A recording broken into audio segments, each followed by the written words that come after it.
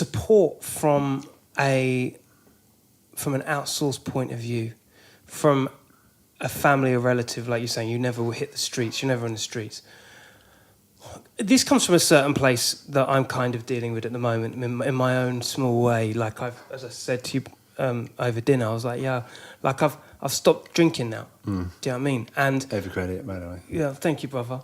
And you know, it's not an easy thing. There are days where I'm just like anxious. But one thing that a lot of my friends said to me, they were like, you know about graph?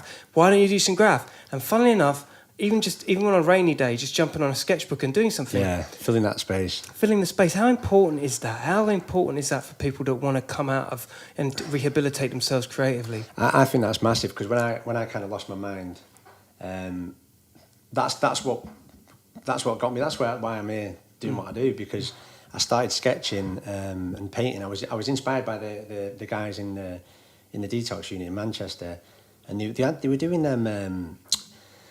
To get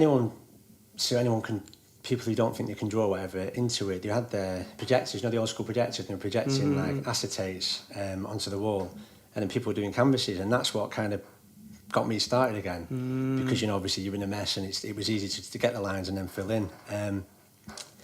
But then that's what kind of, from that point, is what kind of just inspired me just to carry on, and it kind of re-jogged me. But there's a lot of other people who've never even... There's a guy in Blackpool, actually, I know, who's...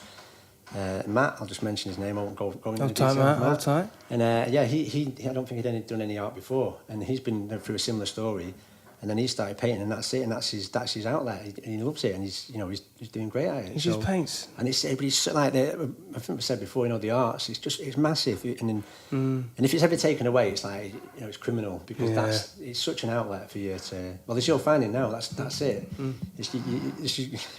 Watch his face. This is going to be a war for you in Blackpool, isn't there? There is also some people, though, and this comes from a very what's the word? Affectionate place. I know that it's not intentional, but when people see you changing, there's a level of resistance that comes in. You're trying to prescribe yourself with a creative boost, something to distract you, something to keep your mind on something. Yeah. But people can sometimes see that as like obsessiveness and like, well, come on, do something else. It's like, no, you don't understand. I just got to do this because this is the only way that I can stop this itch. Yeah, and I think it's like they say, anything, too much of anything's a bad thing. That's what they say. It's like a treatment term.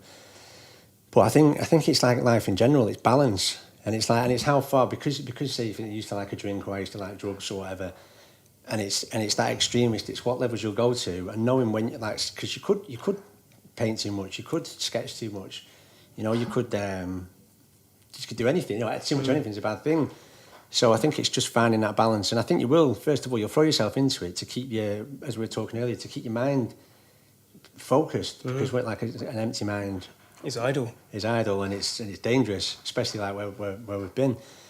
So yeah, I think if I could say anything, going back to that, I think the main thing in anyone's life, people who've been through shit or not, it's balance. Balance is the key. I think balance is key. Balance is for real, and that's something to seriously take away.